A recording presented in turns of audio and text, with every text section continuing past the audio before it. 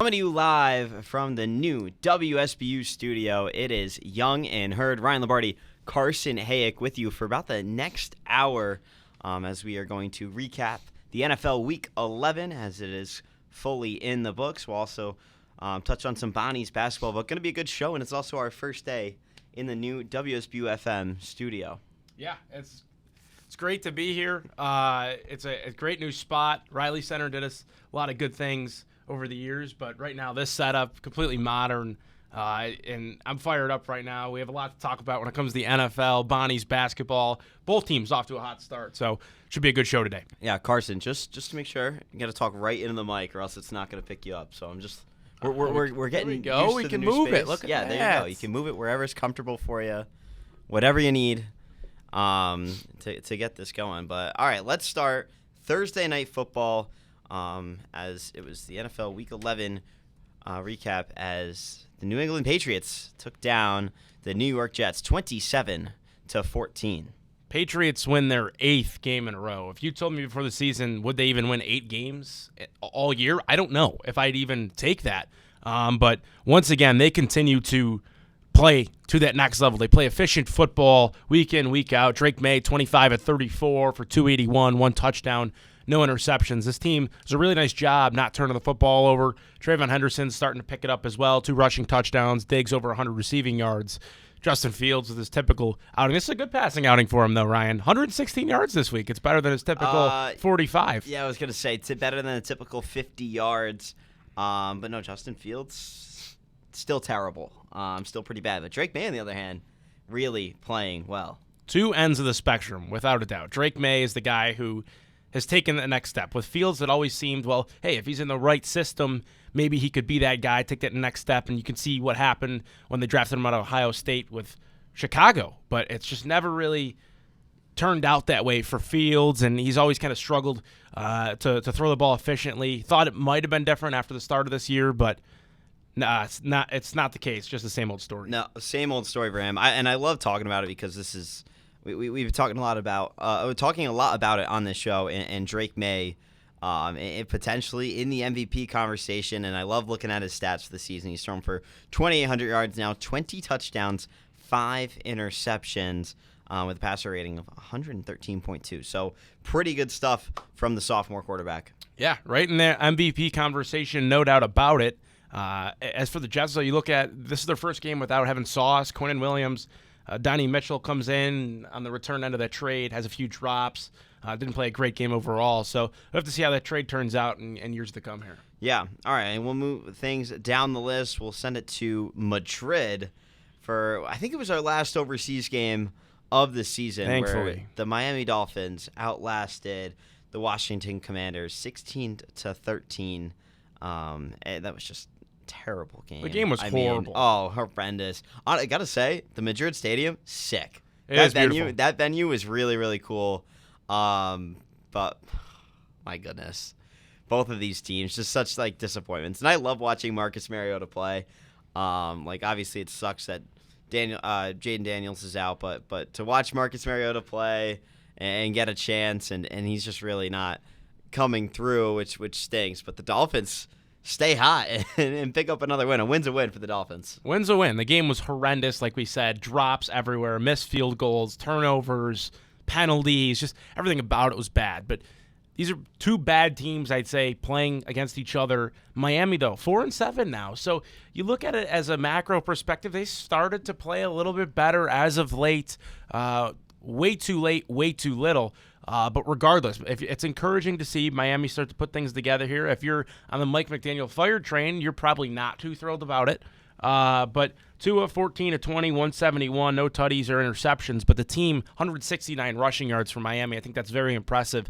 And if they're going to have any chance at pulling off some late season comeback to try to get themselves even a late playoff push, it's going to have to be through that rushing attack. Yeah, definitely. And I mean, the Dolphins have a very good chance. If they win out, they will finish the season above 500 at 9-7. So I don't love their chances in the wild card with how competitive the AFC has been this season. But hey, you never know. Crazier things have happened. Crazier things have happened. Look at Detroit even a few years ago. They were 1-7 to start the year. They went almost. I want to say they lost one game down the stretch there, but that was used as a. They didn't make the playoffs, right? But the next year they used that as momentum. They come in week 1, beat the Chiefs, and that kind of is what started the Detroit Lions that we know right now. Yeah, and I mean, you could even see it this season with the team I want to talk about a little bit later, the Baltimore Ravens. They're 5-5. They've won their last 4 games in a row. I mean, they're hot right now. But we'll catch on. I have a good take for them later. Okay. And I know you're gonna be like, oh, this guy. But we'll keep things moving as the Texans. Same score here. I don't know. That's a little weird. Like this score, little weird of a score. I know Scoregami has been like off the charts this year, not doing their job. But the Houston Texans beat the Titans 16-13, and the Texans just grinded out a tough, narrow win on the road. This game was horrible, too. Yeah, Davis Mills is in the game. They just announced today that Stroud and Jalen Petrie are both going to be out for Thursday against Buffalo for Thursday Night Football. C.J. Stroud, kind of a weird concussion. These things rarely do happen, but when they do happen, you hope he's all right. 3 weeks now that'll be out with a concussion. Just kind of interesting stuff there. But as far as the game that happened Sunday, Tennessee is just they've won one game all year. Houston, though, they're a team that's trying to battle back. They're 5-5 now after an 0-3 start. It kind of seemed like all was lost. But, hey, don't look now. You play good football down the stretch. Chances are you might have a chance at that 7, maybe even the 6 seed. Note how I said 7-6. But Matt Wright, 35-yard field goal as time expires, sends Houston into the win. That's a big win for their playoff implications, although it was extremely, extremely ugly. Yeah, I mean, there's really not much to talk about. I mean, the Texans, I don't think they're going to be very relevant. They're 5-5 this year, and obviously Titans way out of the picture. So I don't think we're going to be discussing neither team a few months down the road. So we'll keep things moving. Chicago Bears took down the Vikings 19-17. I mean, the Vikings just could not capitalize. They were moving the ball. And it just J.J. McCarthy just could not get it done for the Vikings on Sunday. When J.J.'s in at quarterback, it just seems things are off. The rhythm's a little bit off. At least with Carson Wentz, you talked on it, they did move the football, right? But when Carson Wentz was the quarterback, he was putting up a lot more passing production in that offense with Jefferson, Addison, you name it, just the guys that are supposed to be your big fish. Like Justin Jefferson with J.J. McCarthy just hasn't clicked. And believe me, I'm a fantasy football owner of Justin Jefferson. He right now is on my hot seat. But for Minnesota, it's a tough loss. Chicago, they've really impressed me. 7-1 in their last 8 games. Caleb Williams did nothing flashy this game. Completed 50% of his passes, less than 200 yards. But defensively, they came on when they needed it most. The defense for Chicago played strong, and McCarthy threw 2 picks. Ultimately proved to be the difference in this one, and Chicago's getting hot here kind of at the right time. Yeah, I mean, Ben Johnson is really doing great things in that locker room. I think we talked about it last week, Carson, where just he's really got control over that locker room, and the Bears have sole possession of first place in the NFC North. This is the right time for them to get hot. They won their last 3 games in a row. They're playing good football. Obviously didn't start the season how they wanted to and blowing a lead to the Vikings, but able to get it done here and improve the 7-3. I'm big on the Lions in this NFC North division, but when you look at it with the Bears at 7-3, right, the Lions, they had a hiccup this week against the Eagles. They played a little bit inconsistently. And then the Packers, they just can't get out of their own way. They struggle against really bad football teams. They've had a few nice wins, but right now I think the NFC North is anybody's to take. And right now, if you're a Bears fan entering the year, I remember we had a conversation, I think it was week 2 or week 3 on the show.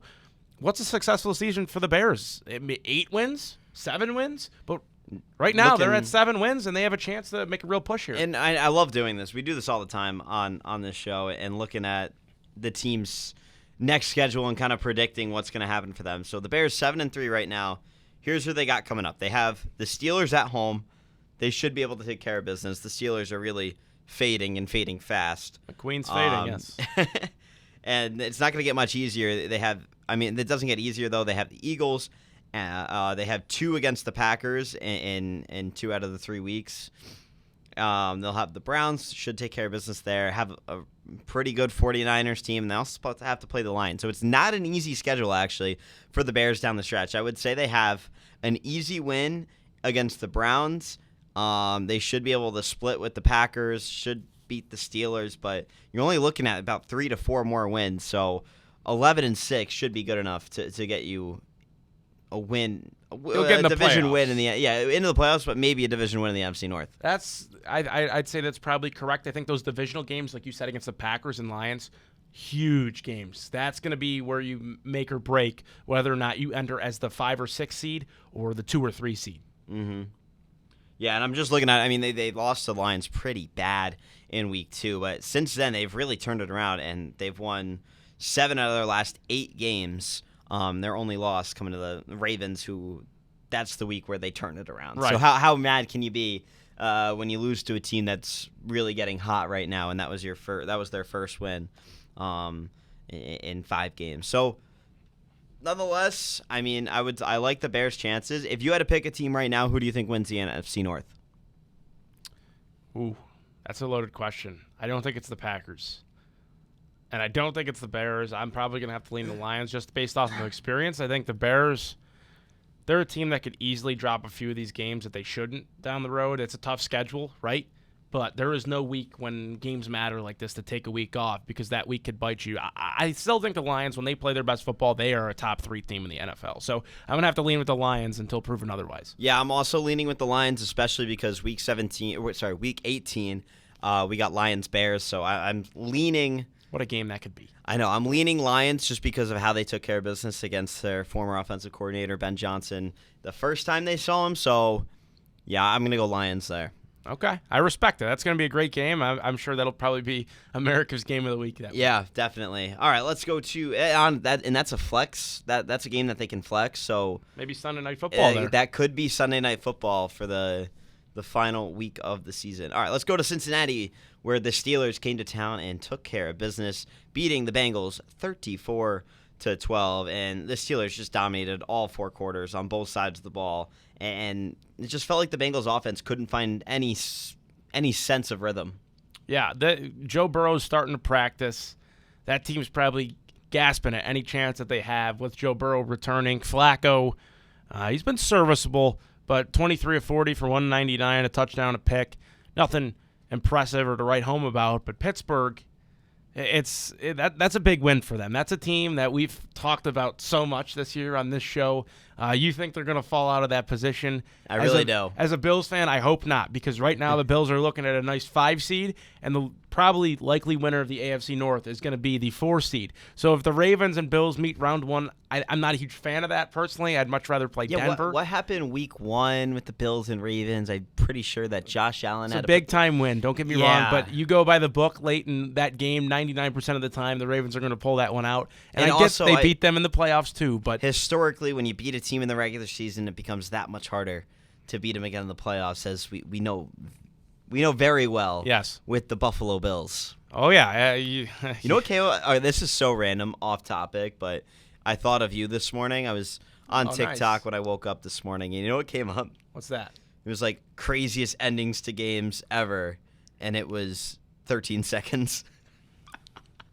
That was their chance, man. It was the final 3.5 minutes of that game where like Allen scored, then the Chiefs scored, then Allen found Gabe Davis. It's Gabe Davis again. It's just those were 2 heavyweights throwing bombs at one another, and eventually the referee had to step in, and it didn't go Buffalo's way. You know, it was tough. Give me a break. That's 13 seconds I'll never forget. That was insane. I think about I can only imagine watching it as like a Bills fan when it's my favorite team on the line. But think about watching it as just an overall football fan. The Cowboys didn't even make the playoffs that year. That was the year Dak snapped his ankle. Yeah. So as someone who is kind of checked out of their fandom, but really just following the NFL as a fan, that was awesome because a week or 2 before that, you also had the Chargers Raiders game that went to overtime, and it was if they tie, they both make the playoffs. That was a crazy world. Yeah, that was a crazy end of the NFL season as just a fan.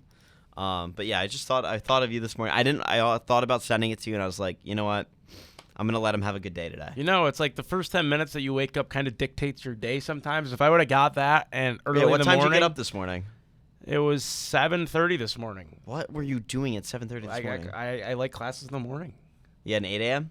I had an 8:30. Ooh. Yeah. Yeah, I got up at 9 this morning. I mean, snooze the alarm to 9:15. I had class at 10. So there you go. Whatever gets you to class, Yeah. So that's. Yeah. I'm glad you didn't send it to me. That's a sensitive topic, but regardless, anyway, Pittsburgh big time win. Cincinnati, their season is almost a lost cause at this point. You just hope Burrow and the squad look good when they come back. Zach Taylor probably going to be gone at the end of the season. Yeah, whatever happens after that, we'll have to see. You bet. All right, let's go to Los Angeles, where this was a shocker of a game. I was shocked. The Jacksonville Jaguars blew out the Chargers 35-6. Yeah. This is what a wild game. I think both of these teams are like perfect for each other right now because we've seen Jacksonville, when they played good football, they look pretty good. They look like they could be legit. The Chargers, same story goes for them too, but when these teams don't play well, they look like teams that are absolute pretenders, they're frauds, and they're probably going to be an easy out in the first round if both teams make it, which is a real toss-up at this point in time, but it was all Jacksonville. The Chargers just had a stinker. Yeah, I mean, the Chargers really, it's okay that it happened, whatever. I don't know. They're still 7-4. They're still in second place in the AFC West. The division, you still got to have high hopes for because, the Broncos you could snap your fingers and the Broncos could fall apart. So if you're the Chargers, you're not too overwhelmed, but you really did look bad. But hopefully that was a wake-up call. It was a wake-up call to really get you going and improve your season for the time being.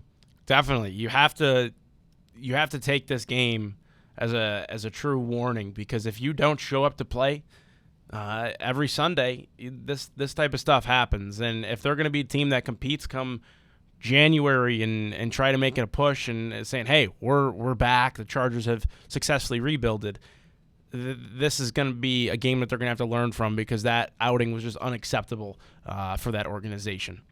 Yeah, it wasn't pretty. Not one bit. It's not pretty. But hey, the Jags 6-4 on the year. Trying to get it going.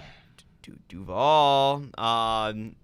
No, I think I like the Jags. Obviously, they're chasing the Colts, but Colts are another team where I feel like you could snap your fingers and they could also fall apart. I think they've kind of been on a Linsanity run. It's pretty cool stuff. With everything with like Jim Irsay, this is like the first season that he's been, gone for. So the Colts have something to play for, something to really little chip on the shoulder there. So I do like the Colts, but I think the Jags should definitely make a push for this AFC South. I think it's definitely the Colts to lose. Yes. And they definitely could lose it. They're just a team that haven't been at the top for a minute now, so you never really know how that goes once pressure starts to kick in, right? But I'd say fairly confident right now that the Colts are going to probably win that division. Maybe even have the 1 seed, to be honest. Let's go to a team that, if I was a fan of this team, I would file a lawsuit against my team. The Carolina Panthers beat the Atlanta Falcons 30-27. Poor Falcons fans. You have so much talent around this team. Ryan Adio, I'm sorry. I know. Shout out sports director Ryan Adio, but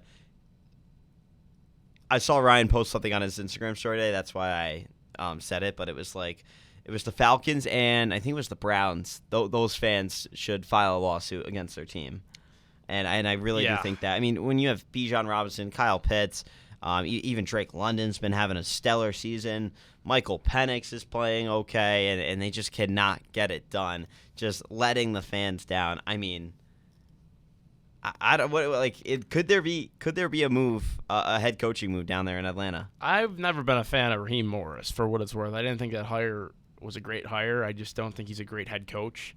I wouldn't doubt it. I think the talent that they have this year should not represent the production that they've had, and ultimately the results that they've shown. You've seen at times this year that talent clicking and the potential of this team, specifically on the offensive side of the ball, but then just other times just out of sync, out of rhythm. They blow the 2-score lead to Carolina to Bryce Young. Shout out to Bryce Young. Every time this dude, seems like this dude's job's on the line, he turns to a 98 overall.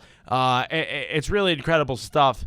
Sets a Panther passing record in the game, 448 passing yards. This is the same guy that threw for like 81 passing yards 2 weeks ago against the Packers, and has been about as much of a roller coaster as you possibly can have at the quarterback position. And it wasn't just one guy getting it done for Carolina either. They had 5 receivers with over 50 yards. Just crazy. And Carolina, once again, win one, lose one, win one, lose one, it seems. Just it's kind of been the story of the year. But big comeback. That's extremely important if they're going to make a run here. Yeah, especially if they want to make a run. I mean, the Buccaneers just lost their second game in a row, and that puts the Panthers a half game out of first place. I think we did this before. We looked at the Panthers' schedule to see.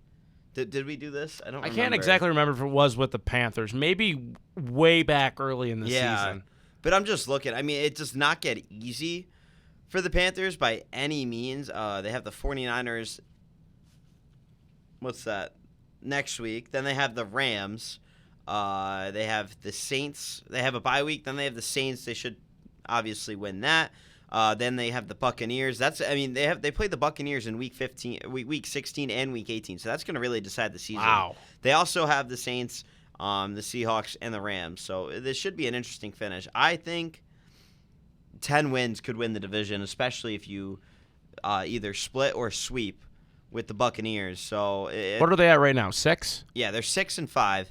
If they go 10-7 or 11-6, 4-2 down the stretch. Yeah, 4-2 down the stretch with either a split or a sweep against the Buccaneers. I think they finish with 9 wins. You think so? That's a tough ask for a team like that. Yeah. But regardless, I'm happy to see Carolina's a team that you want to root for a little bit. A lot of likable guys. Dave Canales seems like a great guy by all of his press conferences. Bryce Young, he's a guy that you like to root for as well. So. And a team that's coming out of a rebuild. They haven't been good in very long. They got, like I said, some likable pieces. So hopefully they have a good year, and hopefully their Panther fans can get excited about something here. Yeah. All right. Let's talk about it. I'll send it right to you. Talk about the Buffalo game. I was there, and I'm so glad. That's probably the last time I'll be in the current stadium.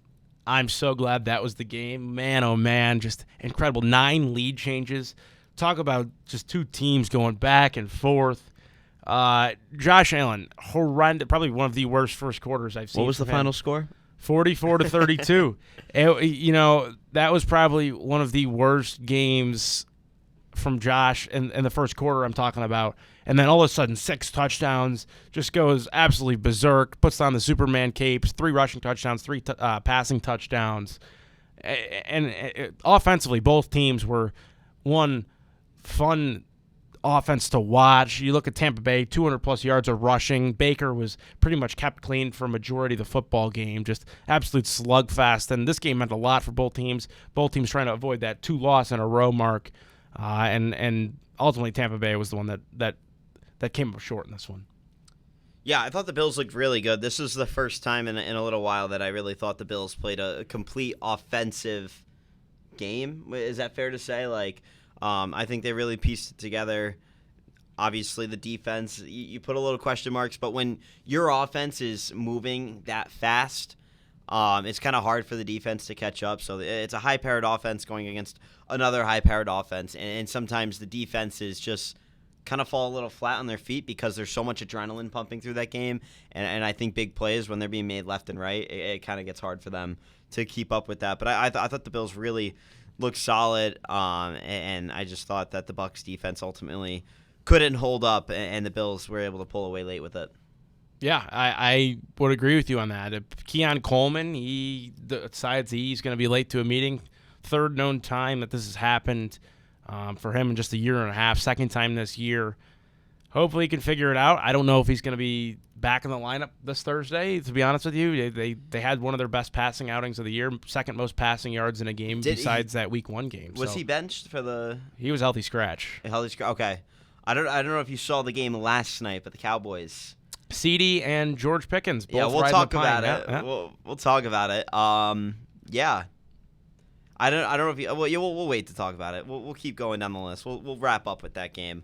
But let's go to the Meadowlands, where the Giants could not get it done as the Packers survive, and a late go-ahead touchdown in the fourth quarter pushes them past the New York Giants 27-20. But the Giants showed some fight and just couldn't keep up. Shout out Jameis Winston. Actually, friend of the show. Known friend, yes. Known friend of the show, Jameis Winston. It was so great to see him back out there. I just love watching him play, and he's just a different kind of player. Yeah, again, Green Bay having a hard time getting past the inferior opponent, but Jameis Winston, chance to win that or tie it up late. Jalen Hyatt kind of quits on the route, leads to an interception late. Ultimately, the difference. Mike Kafka, the interim head coach, after Brian Dable got fired for the Giants. You can see this team came out with a little bit of juice though, and definitely had opportunities to win this football game. But Josh Jacobs, he got banged up for Green Bay in this one. Hopefully he's all right. Looks like a knee injury. And Christian Watson, 2 tutties this week as well. So a mini welcome back to life character there. Definitely. I think with the Giants too, like they played a pretty solid football game against a team that's in the beginning of the year was projected to win the NFC North or finish second. But I think on the other hand for the Packers, this is another one of those games where you're like, wow, they might not be as good as we think they are. Right. I mean, with how they have played down to the level of their opponents, I think they did it again this week. I thought Jordan Love looked okay. Of course, Malik Willis was able to throw a passing touchdown in this game. So, I don't know. It's just weird. The Packers are just a weird team where I think they just play down to their opponent's level, and I think come playoffs, say they somehow pull out the NFC North and have to play one of those scrappy wild card teams, I could so see them just playing down to their level and getting stunned at home. I wouldn't rule it out by any stretch of the imagination. With that said, they've also, at times, they've looked like a very good football team. They blow out Detroit in week 1, and they've had their moments this year. But I'm curious to see how this one could end up. I know a lot of Packers fans are very frustrated with Matt LaFleur right now and how he's calling the offense, and some people want him fired, and you hear all this and that, and all of a sudden some of that pressure, you're playing 2 opponents, the other team, and some internal pressure as well. But Packers, they avoid the 3rd upset for them of the season big time, and regardless, they move on with a victory. And then keep moving to Los Angeles, where the Rams beat the Seahawks 21-19. I mean, Matthew Stafford just gets it done again. Man, oh man, this Rams team, we've been talking about them a lot on this show. This was a huge game for them, playing the Seahawks, who had not lost the game on the road all season, and they were able to take care of business against an NFC West foe. Yeah, I think immediately the first thing that stood out to me when I turned this game on late was Sam Darnold. 4 interceptions in the game, and guess what? The Seahawks have a chance to win it with 40 seconds remaining. It was not, but really, like when you say a chance, it was a 61-yard field goal. Well, they had a drive. They started at their own 5. They moved true. it down. There was an opportunity or play to be made late, and they just didn't quite do it. But regardless, they put themselves in a chance where Jason Myers, you never know what happens. He's a great kicker. Came up short and way wide right. But regardless, just an ugly game for Seattle. But the Rams capitalizing on mistakes just enough. Stafford, we talk about his numbers every week. This week was kind of the outlier, honestly. But he still didn't. But he didn't turn the football over. 2 passing touchdowns, uncharacteristically only 130 passing yards. But they still find a way to get the job done. You look at the receiving core: Puka Nacua, 7 catches. Kobe Parkinson, 2nd reception on that team in the game with 2. I think that tells you everything. Devontae Adams, just 1 catch, 1 yard, a touchdown. Just so many ways this Rams team can beat you. And again, that's put on display for them. That team's legit. Yeah, I do want to highlight the Seahawks defense in the second half. Really played well. The Rams got the ball. 2 plays, forced a fumble. 5 plays, forced a punt. 5 plays, forced a punt. 4 plays. 3 plays, forced a punt. 3 plays, forced a punt. 4 plays, forced a punt. The only blemish was a 25-yard touchdown after one of the second, the first of 2. Or no, sorry, the second of 3 interceptions in the second half from Darnold. Yeah, it's Sammy Darnold. It's something that he's done well for whatever you'd say the last year and a half that he's kind of been on the come up, but at the same time, there have been games where we've seen him turn the football over a little bit, and he gets dangerous with the ball. And he don't throw 4 interceptions by accident. This is certainly one of them. Yeah, I mean, I think this was, I don't know if it was Sam Darnold. We were looking at the interception numbers of somebody, and we were like, oh, like 17 touchdowns, 6 interceptions, and now Sam Darnold, 17 touchdowns, 10 interceptions after the 4 interception game, and that was a concern early in his career. He was throwing 15 interceptions a season with the Jets early on, but just couldn't get it done. But at the Seahawks, I mean, that's like, it's not a crazy concern. I think they're going to regroup. Yeah. That was almost another one of those games where it's like, hey, it's really time to lock in now. Like, it's really time to start playing your best football. Seattle should be fine. I'm not that concerned about them. They lost this game more than I'd say the Rams won it as far as the turnovers. Turnovers are everything. I bring it up every week.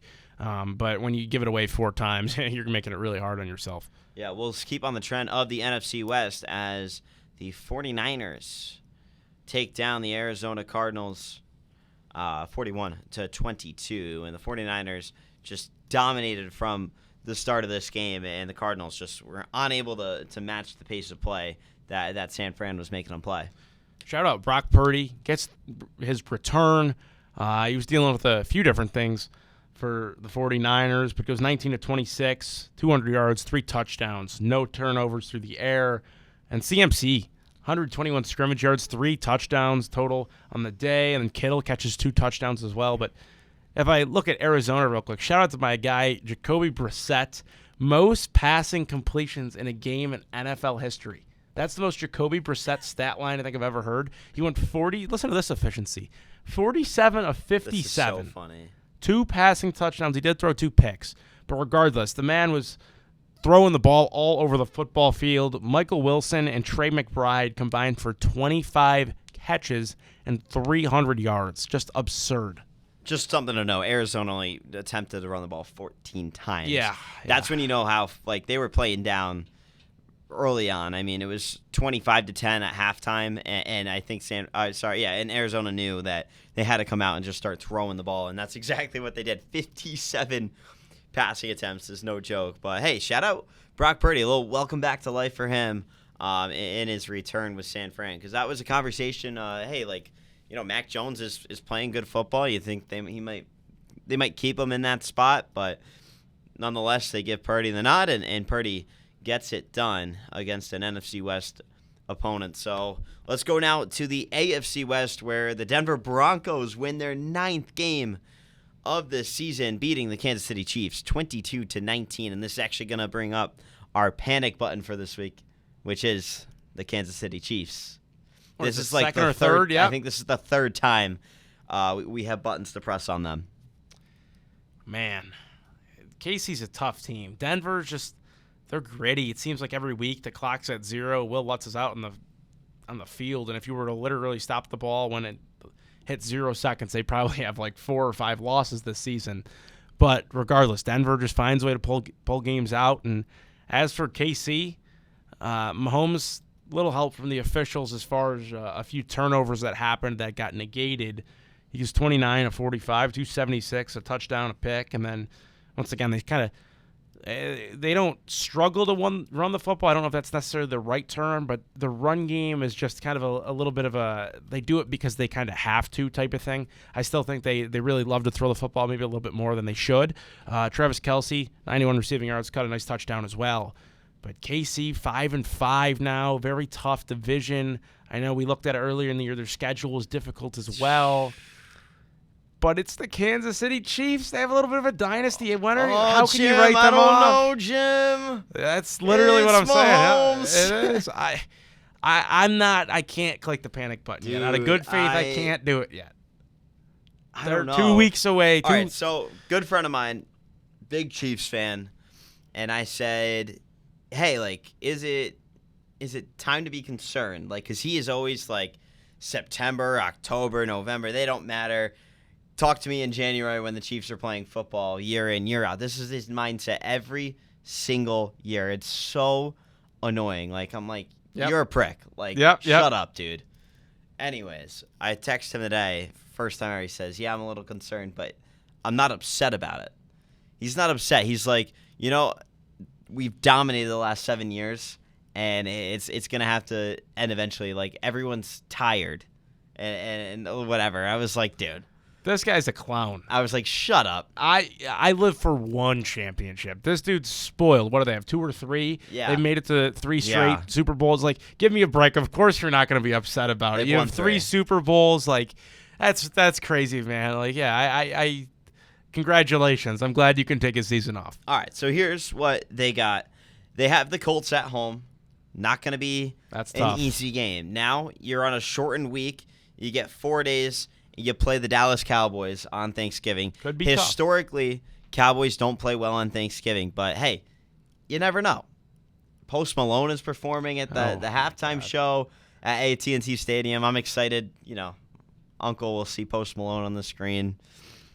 You can fill it out from there. Yeah. And so I'm excited for the Cowboys to play on Thanksgiving against the Kansas City Chiefs. We've had like the Giants, the Commanders. It's been hard games to watch. It's just been like, I know we had the Dolphins 2 years ago. That was terrible because actually the Dolphins won that game, but it was a great game. I just think the Cowboys are going to rally. I mean, it's going to be a good crowd. I love that Post Malone's performing. That's so cool. And then, so I don't think that's an easy game for them. Back to the Chiefs and what they got. They have the Texans, who are above 500, the Chargers, who are a division foe. The Titans could even be a tough game for them. You never know. This Chiefs team actually worries me, but at the same time, I could see them winning out and making the playoffs at 11-5 or 12-5. That's not the worst schedule. It's really not. There's games like there's teams that are mid, like the Cowboys, middle of the pack, who could play you tough. And then you have your games against Tennessee. The Chargers will be a tough ask, but you never know with the Chargers right now. They're coming off a week that they were horrendous, like we talked about.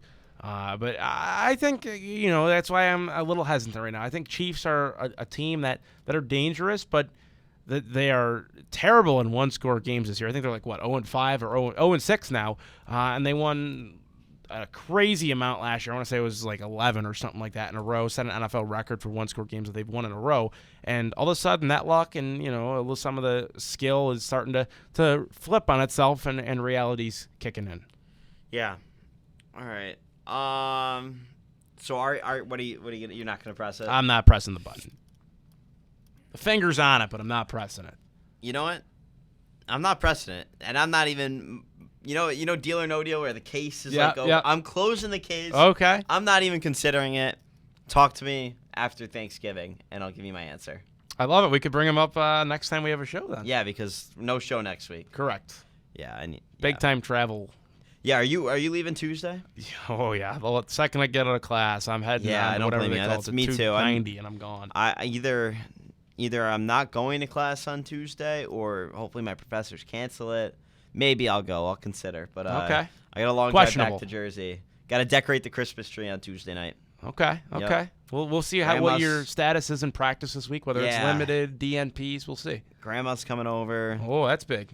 That's big. It's a big event in the Lombardi household. I will tell you that. All right, we'll keep moving down the list here because we got 3 more games to recap.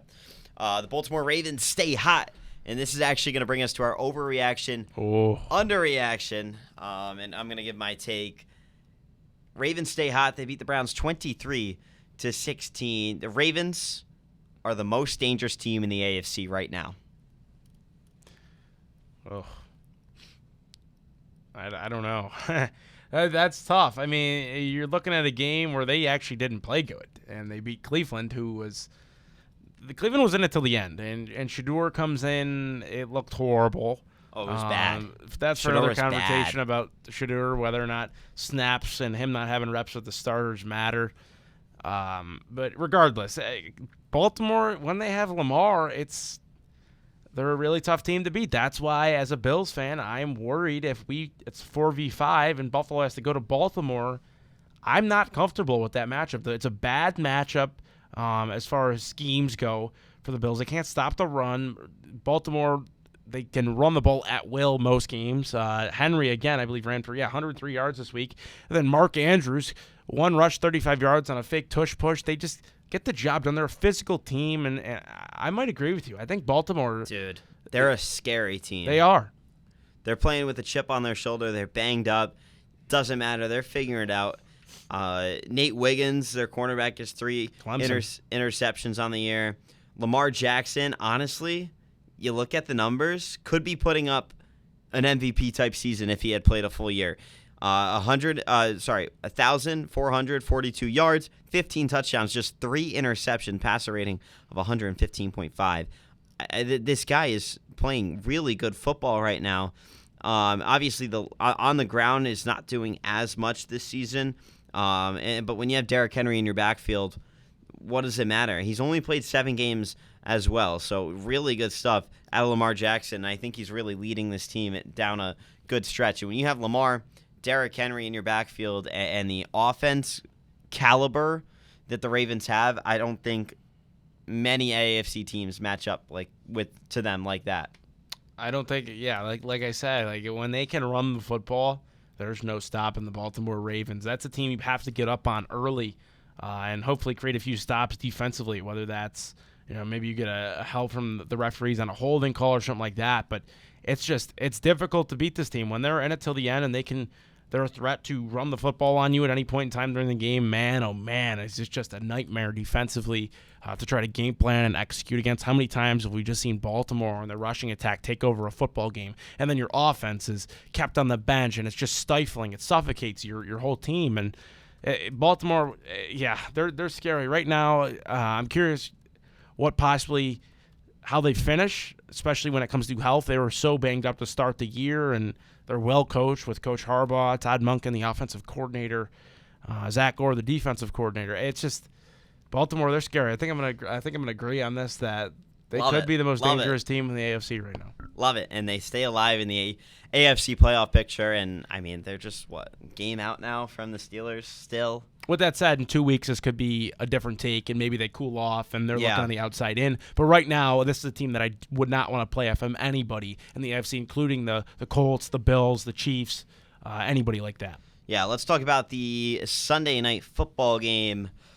You want to talk about worst game of the week? This might have taken it, honestly. Yeah. Especially because of the disappointment level. You have 2 powerhouses going at it, and it turns into a defensive slugfest. It was awful. Neither team could move the ball, and it was the Eagles' defense that ended up making the difference, and the Lions just could not finish on any drives, and the Eagles take care of business 16-9 on Sunday Night Football. Yeah, entering the night, I told my dad, I'm like, this is going to be a great game. My dad's like, I'm going to bed. Well, he was probably followed your dad. I should have. But Jared Goff, all we talk about him all year long since he's really gotten to Detroit and this team has turned around. How efficient is he? He's just extremely efficient. The completion percentage is always right up there around 70, if not more. A guy who's consistent as well. 14-37 passing. That's unheard of numbers from Jared Goff in this offense, and it's crazy because he averaged quick math here, almost 20 yards at completion as well, 255 passing yards, touchdown, a pick, and Detroit, again, uncharacteristically as well, they really couldn't run the football that well, 74 rushing yards as a team. Jahmyr Gibbs leads them in receiving as well, so just everything about that. This time it's Dan Campbell calling the offense as well for his second straight week. He wanted to get a little more involved in that and try to get his identity going as far as what he wanted to see from that offense. Well, this week was not as productive as it was last week. So maybe keep an eye out. Maybe they go back to Morton, John Morton, the offensive coordinator there in Detroit. But for Philly, gritty win. They pull it out. They ran the ball 40 times, 40 rushing attempts as a team. It was clear the identity in that game for Philadelphia was to run the rock and try to run it effectively. Yeah. And then the final game this week is the Dallas Cowboys kind of stay alive in the playoff picture and improve to 4-5-1 with a big win over the Raiders. And I want to talk about that really quick. George Pickens, CeeDee Lamb, got Ben Schottenheimer. I don't know if you saw, there was a picture going around on Instagram, and it was like how the game started, and it's like Pickens and Lamb standing on the sideline, and then Schotty hugging both of them after the game. Both of them, by the way, completely went off. They had great games. I think Pickens had like 144 44 yards on 9 catches. Yeah, and a touchdown. So really good stuff from Pickens and Lamb after being benched. Why they were benched beats me. Coach's decision. Yeah, coach's decision. And honestly, keep it private. I love the approach Shoddy took. Like, yeah, bench them. Send a message. I mean, this is like old school stuff, and I'm here for it. I agree. Some things, I'm curious what it was because those are two of your best guys. So it probably was something a little bit significant. But regardless, they come back in the game. They're two of the best guys in the game, quite frankly. But that's stuff like we saw like Jimmy Johnson do. Yes, right. Years ago, old generation coaching. And I love it. I think Schottenheimer, with all the stuff he's faced this year, being an inexperienced head coach, I've been a fan of him. I think he's made good decisions. There are some stuff where I'm like, the inexperience shows, whether like going for it on like 4th down, and that kind of thing, and just like play calling in general. But against all, like I think he's got the locker room control of these guys, and obviously, I mean, just heartbreaking stuff with the loss of their teammate before the bye week. So they came out and they played very, very well. Yeah, you look at him. Not a guy that fails to bring the juice. Week in and week out, he's just an energy guy. Last night he was fired up as well. And as for the Raiders, though, my gosh, 2-8 now. They said Geno Smith, that whole experiment has just not worked. He's thrown 13 interceptions on the season. It seemed last night that he was either on the ground or getting sacked, and the offensive line's not the best over there as well. But he finished 27-42 for 238, a touchdown and a pick. It's not been good enough just collectively as a team, but Geno hasn't really been the solution to a whole lot of problems over there. And you bring in Pete Carroll to be your head coach, and you're at least hopeful before the season with Geno as quarterback. You see what he did with Pete as the head coach back in Seattle, and he was a possible MVP candidate for a certain point in time not so long ago, and all of a sudden now you're 2-8. Geno's not playing good. Genty struggled at times as well. You signed Tyler Lockett 2.5 weeks ago, and all of a sudden it seems like he's probably your best receiver at this point in time after you traded Jacoby Myers. So it's just kind of a little bit of a dumpster fire right now in the Raiders, to put it just honestly. Yeah, I definitely agree with you. All right, let's keep moving on here, and it's time for Guess That Player. As we've changed it to now, we both pick a player. And we'll both go. Carson is 3-2 on the year. I am 2-3, so I'm fighting to get above 500, and Carson fighting to get above 2 games over 500 for the first time this season. So, Carson, I'll let you. Do you want to start guessing first? I'll start guessing. All right. I have my player. And whenever you are ready, you can do it. All right. Is this player on offense? He is not. Oh boy. Okay. Is this player in the AFC?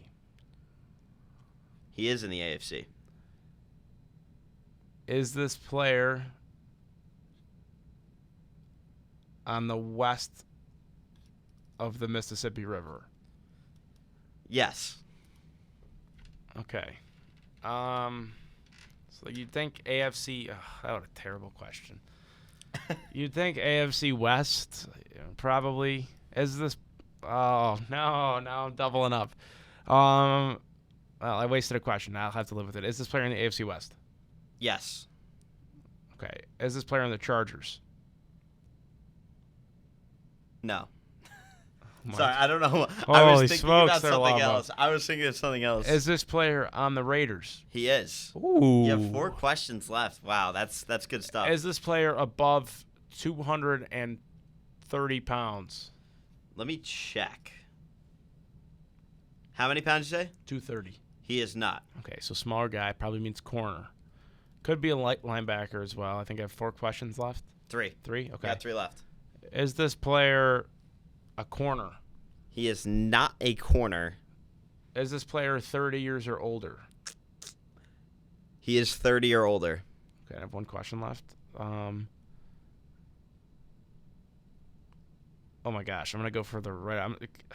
This is not smart. I know who it's gonna be, but does this player have a jersey number of 33 or below? Yes. Okay, I'm gonna phone a friend here. Oh man, if you get that, this would be really impressive if you get this. Now, you said he's under 230 pounds. He right? is under 230 pounds. You should get this. Really, it's not a. I was about to go right off the rip and just say, "Is this Jamal Adams?" So that's my player right now. I'm thinking of, because last night, that guy's always had issues. Let's see. Okay, so he's in the secondary. Will linebacker. Oh, it can't be him because he's. Wait, is he 30 years or older? Did I say? You said 30 or older. And what was your answer? I said yes. Oh, okay. And then his jersey number's 33 or below. Oh my gosh, I might have chosen the anomaly. He's 213 pounds. Yeah, it's got to be Jamal Adams. It's got to be. We're gonna do our due diligence though, just in case here. Nope. What a name, Kai Blue Jack. I should have picked that guy. Caillou Blue Kelly. Oh my goodness. And then we have Isaiah not Palamalu, but Palameo. Interesting. Yeah, it's got to be. I don't even. I'll give Devin White a look, but it's probably Jamal Adams. Yeah, it's Jamal Adams. It is Jamal Adams. Go. Good stuff. Let's go. Stuff. 4-2. Awesome. All right, give me 1 second here. Just Turn your computer a little bit. Whatever you gotta do. Confirm the depth chart real quick. All right. I'm ready. Oh man. All right, you could start. All right. Is this player in the NFC? Yes. He is in the NFC? Yes. All right. Does the team in this player's division the first place team have 8 wins or more? No. Oh wait, hold on. In this player's division, first place team have 8 wins. Hold on. I'm gonna go with no, and I think I have the division then. Come on. Here we go. They have 8 or more wins. The leader. Okay. So that narrows it down to the NFC West or the NFC East.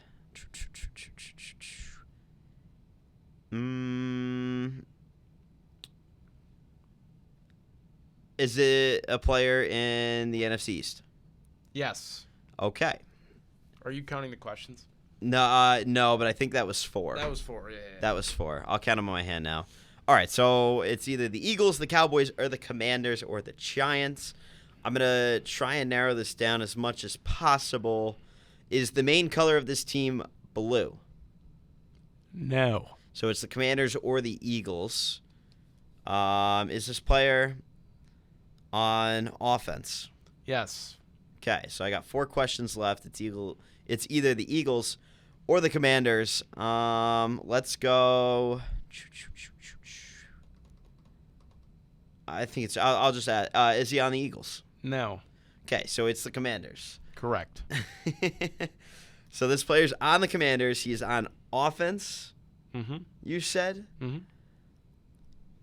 All right. Is it? Can I pull up the depth chart yet? Or should I'll just ask. Is this player a skill position?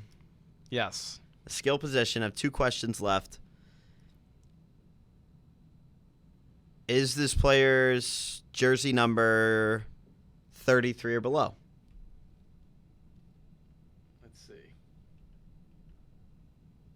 I don't think so.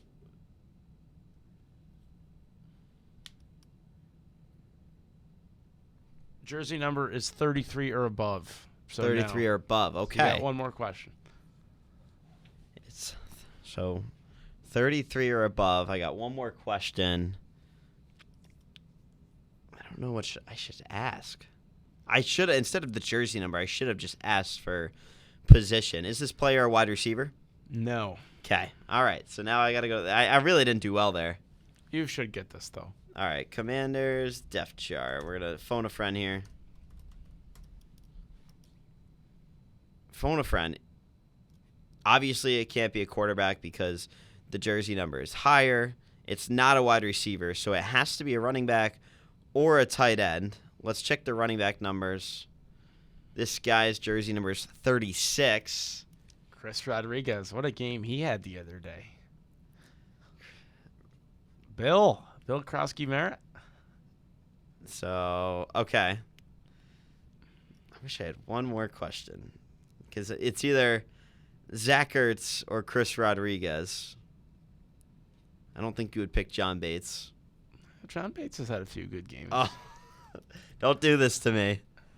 I'm between Zach Ertz and Chris Rodriguez. Zach Ertz is a future Hall of Famer as well. So I really butchered this. I should have asked one more question. All right, would you if I ask you a unique question, would you give me? It's got to be extremely unique. Like a college, about colleges. Sure, I guess, sure. I don't know if this will really help me because I'm between three guys. John Bates, Zach Ertz, Chris Rodriguez Jr.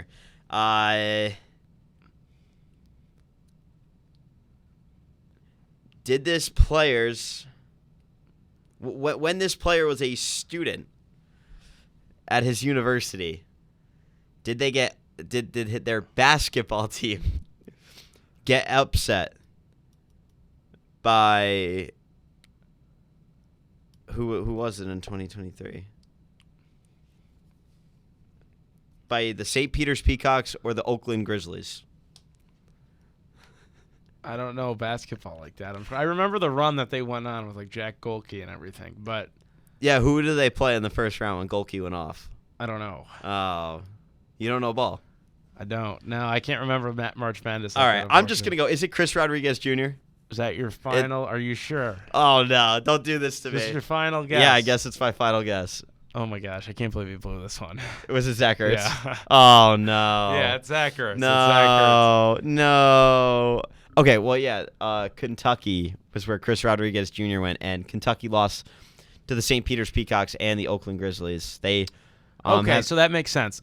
They have Zach lost Ertz went to Stanford. Yeah, so they lost in even number of years. So this year Kentucky is set to get upset in the first round of the NCAA tournament. So watch your brackets. Come back here for all the brackology as that gets going. But, if I would have known it was Kentucky for Chris Rodriguez, it probably would have given me a better idea. But I was like, I felt like Stanford maybe had one year where they were good or something Stanford like that, basketball I've never known to be relevant. Well, speaking of basketball, smart university. Let's wrap up really quick. We got about like 2 minutes left before we got to hop off air here. I mean, the St. Bonaventure Bonnies men's basketball team are 4-0 to open the year. Another win against a pretty sneaky Youngstown State team. It was a frenzied finish, but the Bonnies able to pull out. Yeah, both teams. Shout out to the women's team as well, 4-0. This is the first time I believe both teams are 4-0 since I want to say. I was looking through the game notes today. Don't quote me on this, but I want to say like 1992, 93 season. It was mid 1990s, early 1990s, something like that. It's exciting times, man. It's a great time to be a Bonnie, right? That's big time stuff. Youngstown State kind of comes down to the wire. Air ball on a 3 with 7 seconds left. Big time win for them. The Lady Bonnies, they're rolling right now as well. Big game. We're going to be on the call tomorrow against UB. That's going to be huge. I'm fired up for that. And UB, they're not messing around. They played Kentucky about a week ago, and then they're 1-3 to start the year, but they did win the women's NIT last year, which, if you're from Buffalo, that was a pretty big deal. Yeah, I'm so here for this. Bonnie's basketball is so fun. So fun to be around, be a student, be a part of it. Getting to cover the games, too. So I'm excited. I'm excited for tomorrow. I'm excited for Thursday when the men play Robert Morris before they head down to the Fort Myers tip-off event where they'll play the University of North Carolina. So basketball powerhouse going up against. Imagine if we win that. I mean, come on. If we win that, St. Bonaventure's going to get AP votes. They'd have to. They have to. The team that they have. I think my honest prediction of that game is I think it's going to be close for the first half, and then UNC might pull away. But you never know. But we could play them close. I think if you let Buddy Simmons get hot, that's a game where I could really see Caden Charles get involved. He's such a physical player. Great dude. Dude, awesome dude. He's just you give him a bad question, he'll even give you a good answer. That's just the type of guy. Him and his family is just so nice. Him and his family were at a local restaurant around here that I was at Saturday night, and his parents just so nice to everybody. And Caden just has a very level head on his shoulders, which meeting his parents, you could see where it gets it from. Yeah, just one of the, arguably in my 2 years that I've been here, he's my favorite basketball player. so far when it I comes think to he's my press favorite. conferences. Yeah, my favorite player ever. Like, just the easiest guy to talk to in the post game. Sometimes there's guys that maybe won't give you the best answer. They're just quiet. he gives you funny stuff too. Caden will give you great answer plus more and show his personality. You can't ask for much more than that, and you can't help but hope for the best for the kid. Yeah, the player that they were in the Siena game, the player he was assigned to cover, kind of went off. Was in it the Doty game. or was it? Yeah, Doty. Yeah, Doty Tyler went Doty. off from Siena, and that was Caden's matchup. And Yep. Caden goes, "Yeah, that was my matchup. I got to watch the film. I got to get better." And like just kind of giving a good laugh about it, but also being like, "Yeah, that was totally on me." Like throwing the hand up. The accountability's there, and he's just a great leader. And this kid's never played Division I basketball in his life. Like this is awesome to see. 1K ball too for him the other day. D2 It's big hoopers can hoop. Well, hey, it's a big week coming up. We got UB tomorrow for women's hoops. Robert Morris coming up Thursday. A lot of opportunities for both squads. And And listen to then all of yes. that right here on WSBU 88.3 FM, The Buzz. All right, well, we appreciate you guys tuning in to our first show in the brand new studio. This was great. So for Carson Hayek, I'm Ryan Lombardi saying so long and good night. We'll talk to you guys in 2 weeks, or we'll talk to you on the broadcast tomorrow night. Talk to you guys soon. Thanks for tuning in. Have a great week.